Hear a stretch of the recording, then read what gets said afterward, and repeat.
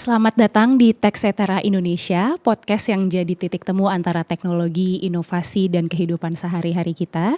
Jadi di sini kita nggak cuma ngobrolin tech-nya, tapi juga seteranya, dampaknya ke budaya, ke bisnis, dan cara kita hidup di Indonesia. Tentunya bareng para pakar eksekutif, developer, dan kreator paling relevan, kita bakal bahas semua isu teknologi dengan obrolan yang santai, tapi tetap berbobot. Perkenalkan saya Ignes Mesita, Head of Communications Ericsson Indonesia. Hari ini telah hadir tamu istimewa kita, Bapak Sony Hendra Sudaryana, Direktur Pengembangan Ekosistem Digital mewakili Kementerian Komunikasi dan Digital.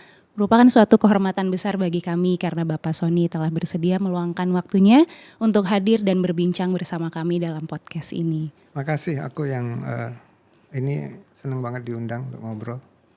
Terima kasih Pak Sony. Kemudian tentunya hadir juga bersama kami Bapak Roni Nurmal, Head of Government and Industry Relations, Ericsson Indonesia. Nah, kalau kita berbicara tentang mindset innovator, menurut Pak Sony, apa arti innovators mindset dalam konteks transformasi digital Indonesia? Kalau ngomong inovasi sih, ini ya, kalau anak-anak sekarang itu, karena kita ngelihat journey dari first wave of founders ya, the first four unicorn ya, itu yang kita anggap sebagai pahlawan di heroes di startup digital ya, yang mereka bahkan mereka develop solusi itu nggak dibantu oleh pemerintah atau ekosistem yang udah mature, mereka jalan-jalan aja sendiri 4 unicorn pertama itu. Jadi mereka berangkatnya dari simple problems yang mereka lihat sehari-hari di kehidupan mereka. Dan mereka doing something untuk solve problemnya itu, kemudian journey-nya kan validasi, kemudian sampai bisnis modelnya seperti apa. Jadi semuanya inovasi itu start dari problems. Jadi kalau mungkin hidupnya semakin rumit, mungkin itu adalah potensi atau ruang untuk berinovasi. Lebih besar. Sama yang kedua mungkin inovasi muncul karena diversity. Jadi 2016 saya pernah ke headquartersnya Google. Di situ saya lihat, saya nanya kan tour gitu jalan-jalan. Saya nanya, dia cerita ada dari Indonesia, dari ini ada 200 lebih warga negara dari seluruh Indonesia. Saya nanya, kenapa begitu? Pertama karena produknya adalah produk global, jadi mereka butuh view dari berbagai suku bangsa, dan yang kedua mereka innovation by design. Jadi kalau orang-orang yang diverse ini, yang berbeda sudut pandang, budaya, kebiasaan, perspektifnya berbeda, itu akan lebih cepat memunculkan inovasi daripada yang seragam. Betul. Jadi kita ngelihat dan mereka ngelihat Indonesia is diverse. Kaya budaya gitu kaya ya, banyak Pak ya. sekali. Jadi saya ngerasa Indonesia banyak potensi. Selain banyak masalah tadi ya, juga dari sisi SDM-nya diversity. Jadi ada ribuan bahasa, ada perspektifnya beda-beda lah. Harapannya harusnya ini menjadi engine utama untuk inovasi di Indonesia. Nah, tadi menarik banget yang Bapak sampaikan. Menurut Bapak, seberapa besar peran talenta muda sebagai inovator terutama dalam kerangka transformasi digital Indonesia? Karena kalau kita lihat sekarang kayaknya anak-anak muda sangat tech savvy gitu ya Pak. Cepat banget beradaptasi dengan digitalisasi. Kemudian mereka pandai sekali untuk explore tentang inovasi-inovasi terbaru gitu. Kira-kira menurut Bapak gimana Pak perannya? Wah, ini benar tadi benar ya. Jadi tech savvy ya. Kita itu nomor 6 apps downloader di seluruh dunia. In terms bonus demografi, what's so called bonus demografi ya. 50% kita di bawah 30 tahun. Kemudian tech savvy. Numbers menunjukkan kayak 90 billion US dollar tahun lalu digital ekonominya. Tapi kalau kita lihat lebih dalam, masih based on consumption. Jadi local productionnya masih kurang. Jadi harapannya nggak cuman pengguna, gitu. Sebagai pengguna atau kita dilihat sebagai market, tapi juga Produsen aktif creating production atau perusahaan-perusahaan digital yang bisa berjalan di atas infrastruktur yang udah kita bangun bareng-bareng dengan ekosistem yang sudah kita siapkan bersama-sama ini. Nah, kalau saya mau bergeser sedikit ke Pak Roni tadi, seperti yang Pak Sony sampaikan, dengan semakin diverse itu semakin kuat untuk menghasilkan inovasi-inovasi terbaru. Nah, kalau melihat dari perspektif global, bagaimana Ericsson menjaga budaya inovasi, Pak Roni, untuk tetap relevan di berbagai negara? Karena kan kita tahu Ericsson harus ada mungkin sedikit customize, menyesuaikan dengan kebutuhan di masing-masing negara. Menurut Pak Roni gimana, Pak? Oke. Mungkin saya mulai dari Ericsson sendiri internal. Ericsson sendiri merasa bahwa inovasi itu adalah our DNA, our blood. Kita harus terus-menerus berinovasi, berkreatif. Kita bisa lihat banyak merek-merek dulu yang sekarang mungkin udah tidak ada lagi karena mereka terlambat untuk berinovasi. Selalu challenge-nya adalah untuk company untuk terus berinovasi, menghasilkan sesuatu yang baru, lebih produktif, lebih efisien, atau betul-betul memunculkan teknologi baru. Jadi Ericsson sendiri kita spend lebih dari 5 miliar US dollar untuk R&D, terutama untuk memperkuat inovasi, kreativitas, produk-produk baru dan use cases baru. Itu yang pertama, internalnya kita. Tapi externally ya kita juga bantu. Kami menjual teknologi 4G atau 5G, itu infrastruktur.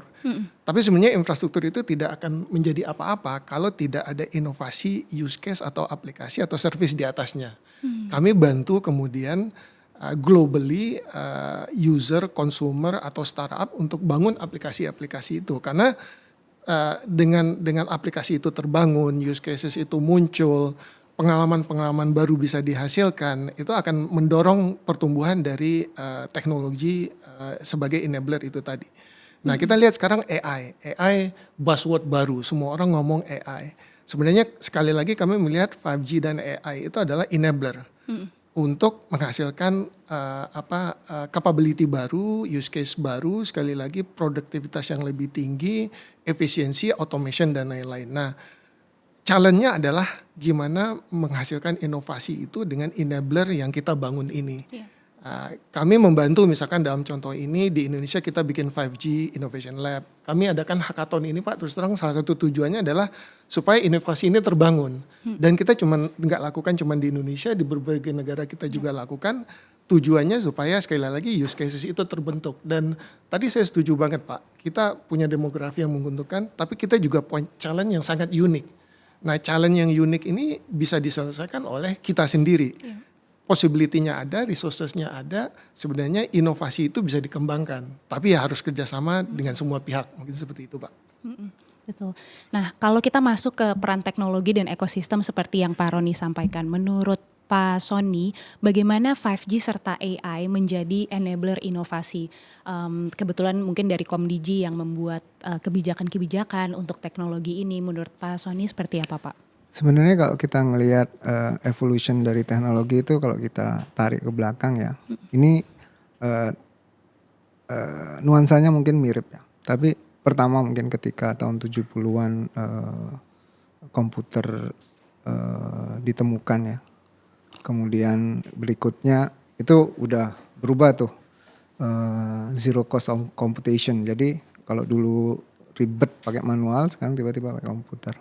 Terus yang kedua, ketika ditemukan internet tuh,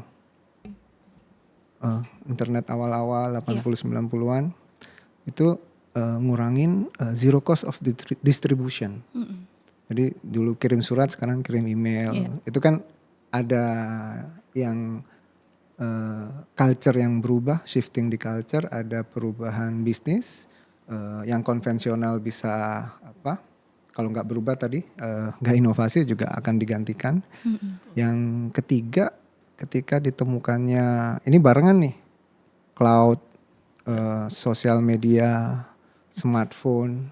Kalau dulu kan basic phone ya cuman buat nelpon ini aja. 2000, ingat saya 2006 2000 ini mulai tuh berubah lagi konsepnya, zero cost of ini ya, semua tuh computation semua tuh. Tapi yang menarik sih menurut saya perubahan drastis itu ketika 4G dideploy di Indonesia. Kalau kita dulu kan ketinggalan handphone biasa aja ya tahun 2010, 2008. Tapi ketika udah 2012 ke atas ketika 4G fully deploy, hidup kita berubah tuh. Semua ide-ide atau inovasi itu bisa di running karena ada backbone connectivity yang mumpuni. Kayak ide seperti Netflix itu udah dari zaman 90-an udah ada. Cuman teknologi codecnya, teknologi delivery connectivity-nya, speed-nya belum mumpuni.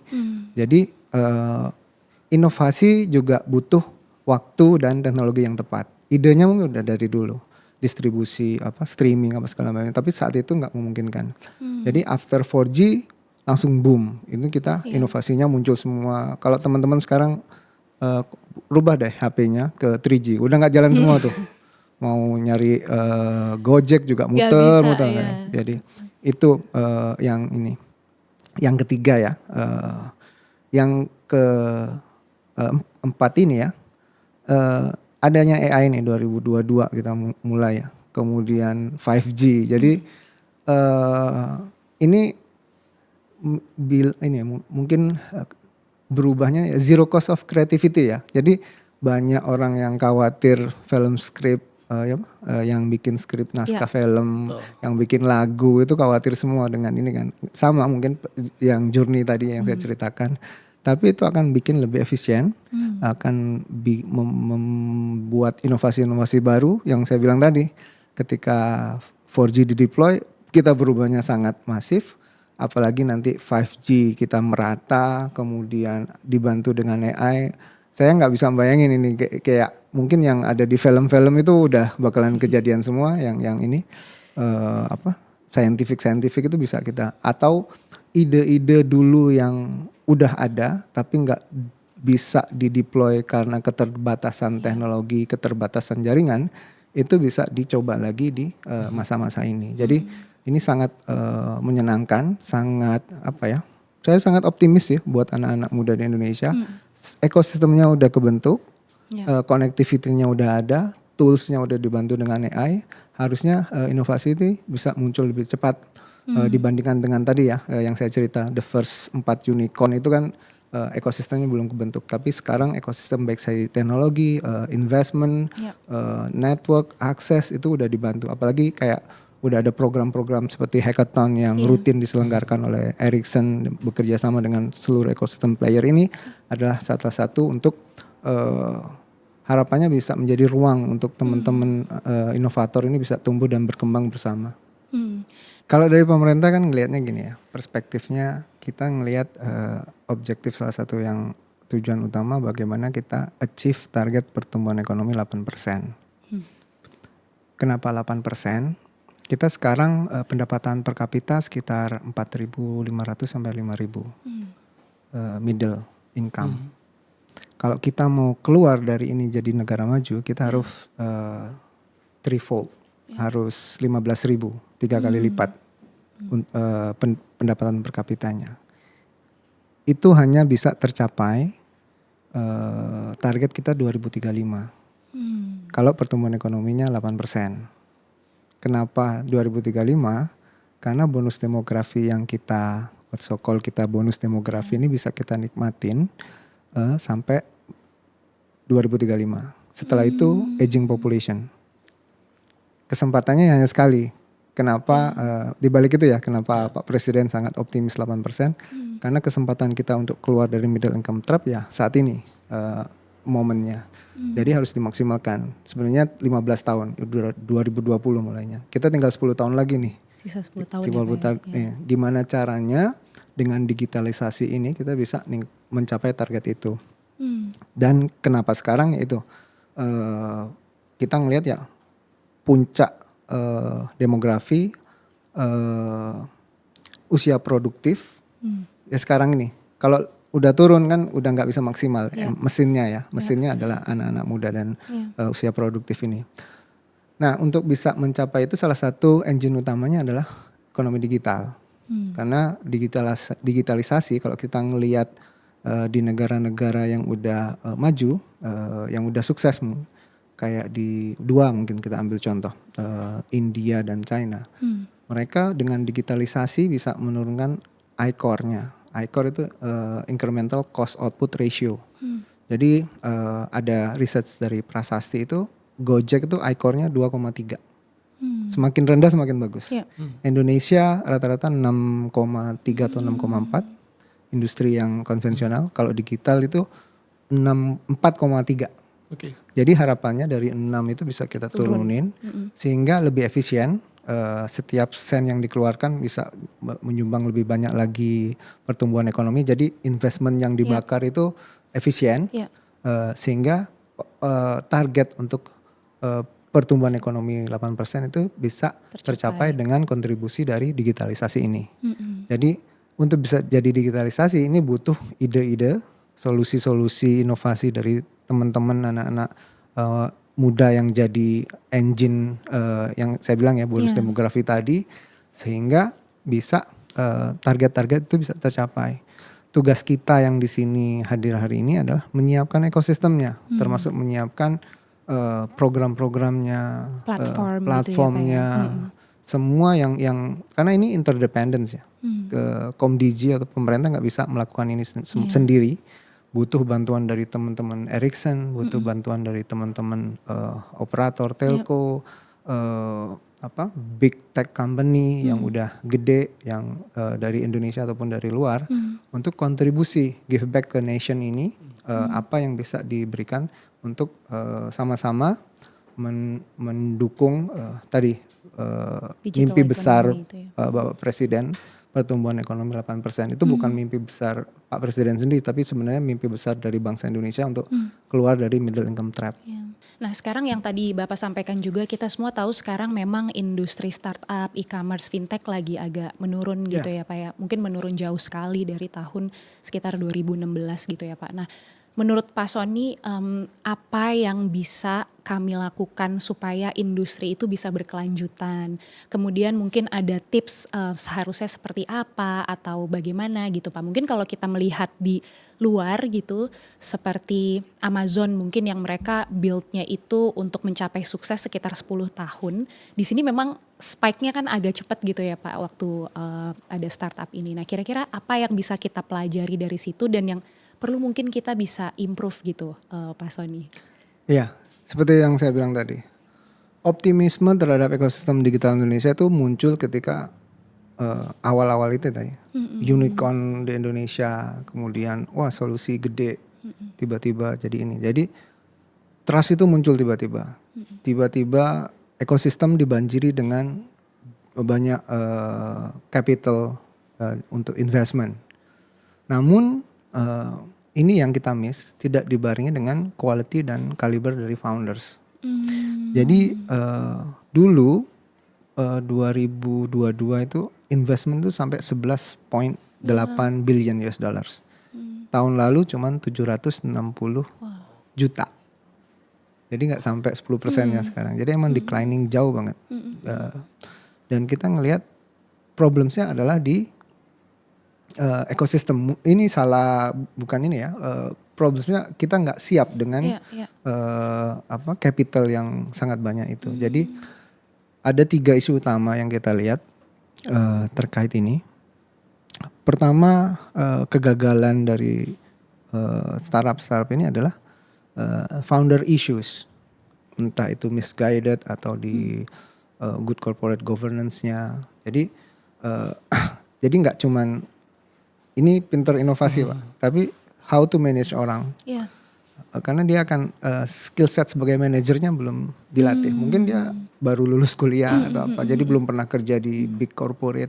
Pengalamannya belum ada, tiba-tiba dikasih investment $100 juta tanpa dibarengin dengan ekosistem yang mendukung ya. Jadi mungkin handle 20 orang bisa, tapi ketika handle 1.000 orang udah nggak tahu seperti apa. Itu yang pertama adalah founder issues. Yang kedua adalah product market fit. Jadi inovasinya ini jalan terus bagus, ya. Tapi di market nggak fit, nggak ada yang mau bayar. Jadi emang canggih tapi nggak ada yang mau bayar. Jadi tadi kekhawatiran itu ya. Ya. Ini canggih tapi nggak ada bisnis modelnya. Itu gagal juga. Dan yang ketiga itu adalah lack of innovation. Itu harus kita akuin juga. Jadi selama ini banyak startup itu just copy pasting apa yang gede di global dibawa ke sini dengan konteks Indonesia. Jadi kita harus lebih banyak mendorong inovasi, lembaga-lembaga riset. Inovasi itu adanya di mana sih yang ekosistemnya di kampus. Riset-riset yang harusnya jadi produk itu kan biasanya cuman ditaruh di perpustakaan, selesai di perpustakaan tapi nggak pernah di-develop jadi sebuah produk yang ada bisnis modelnya. Jadi kalau kita ngelihat, sebenarnya Google kan itu hasil riset di perpustakaan, algoritma pertamanya. Ketika foundersnya lagi kuliah, ketemu di situ, ada hasil risetnya dipakai dan jadi seperti sekarang. Jadi lebih memunculkan banyak inovasi itu adalah ruang-ruang inovasi itu di kampus dan di lembaga-lembaga riset. Nah, program-program seperti hackathon ini mungkin harus digelorkan lagi, nggak cuma di satu titik, tapi di berbagai kota juga. Tapi engine utamanya adalah dua, problems dan riset. Jadi harus dideketin industri yang punya problems, bank of problems from the industry, sehingga ada kayak bapak asuh atau apa. Nanti kalau udah jadi ya, dicoba ya, atau yang tadi problem kedua, product market fit. Dan yang keduanya adalah innovation-nya itu sendiri, hasil riset yang kita build jadi produk. Dan itu yang nomor 3 kan. Adalah Indonesia itu lack of innovation karena kita nggak pernah mencari inovasi di tempat yang benar. Harus idealnya sih kita melibatkan semua pihak di ekosistem karena kita semua interdependent, termasuk kampus as an engine of inovasinya. Itu sih.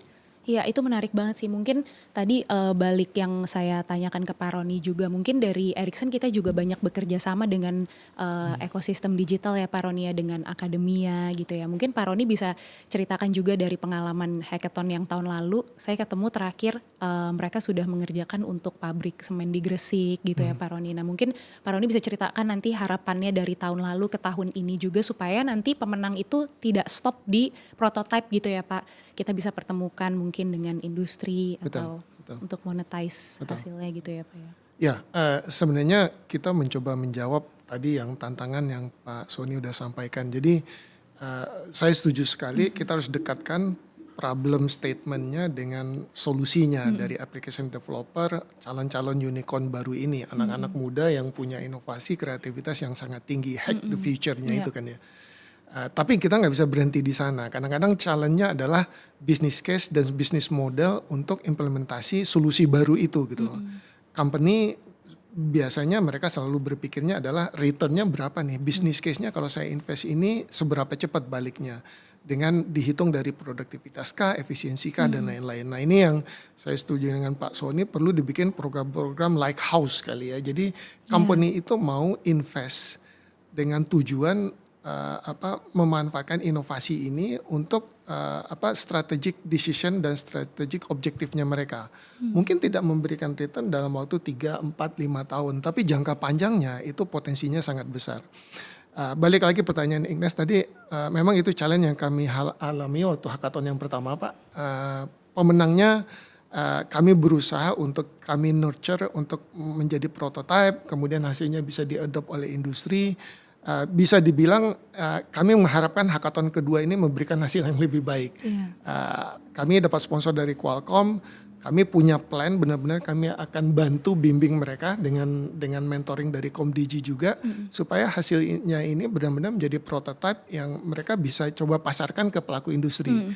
Kemudian kami kerjasama dengan Kementerian Perindustrian karena kami harapkan mereka punya kemampuan untuk mengundang industri-industri player baik asosiasi atau perusahaan-perusahaan besar untuk melihat nih hasilnya dari anak-anak muda ini gitu loh. Potensinya kemana? Karena mereka startup atau developer ini tidak punya kemampuan marketing yang besar. Mereka nggak bisa ikut pameran-pameran sebanyak mungkin. Jadi kita minta bantuan dari pemerintah, terutama Kementerian Perindustrian untuk mengundang pelaku-pelaku industri untuk melihat hasil dari anak-anak muda ini. Itu ekosistem yang kita coba create dengan percontohan hackathon ini. Tapi sekali lagi ini pilot Pak, terus terang aja. Ini kita harus jadikan DNA dari perkembangan industri kita ke depan. Ini cuman salah satu contoh. Tadi Pak Sony cerita udah ratusan mungkin hackathon yang terjadi atau mungkin ribuan mungkin yang ada di Indonesia. Cuman sekali lagi hasilnya bisa diimplementasikan, disitulah menurut saya objektifnya kita itu terukur nggak dengan hasil yang seperti itu.